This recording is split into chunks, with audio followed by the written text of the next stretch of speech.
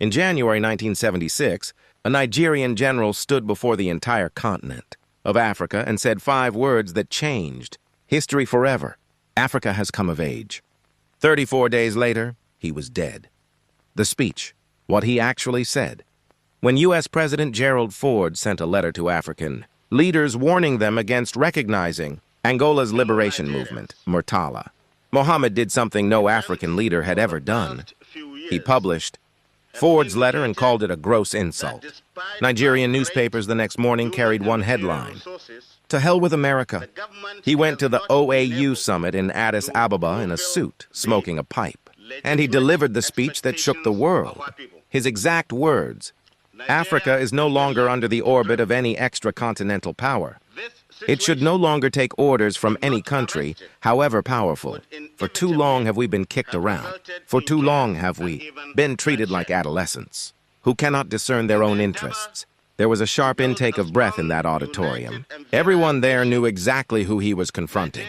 The pattern, 4 leaders, same crime, same. Murtala Mohammed was not alone. There is a pattern, and it is not subtle. Patrice Lumumba, Congo, 1961, the first Prime Minister of the Democratic Republic of Congo, a staunch anti-colonial voice who sought to sever Belgian control over Congo's rich resources, declassified CIA and Belgian.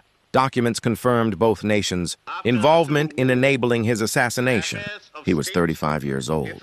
Thomas Sankara, Burkina Faso, 1987, called Africa's Che Guevara.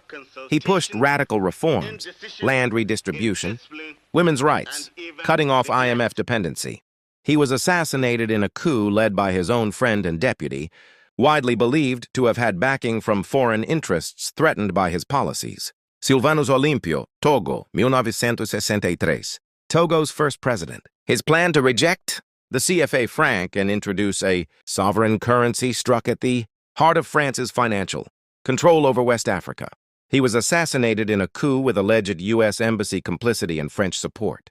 Muammar Gaddafi, Libya, he championed an African Union, an African central bank, and a gold-backed African currency to challenge Western economic dominance. He was removed in a NATO-backed uprising and killed in the street.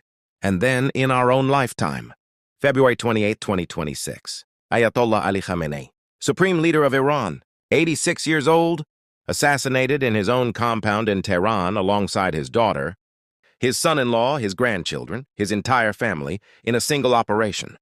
Iran had been at the negotiating table the day before, willing to talk, willing to deal. On Friday they were negotiating. On Saturday the bombs fell.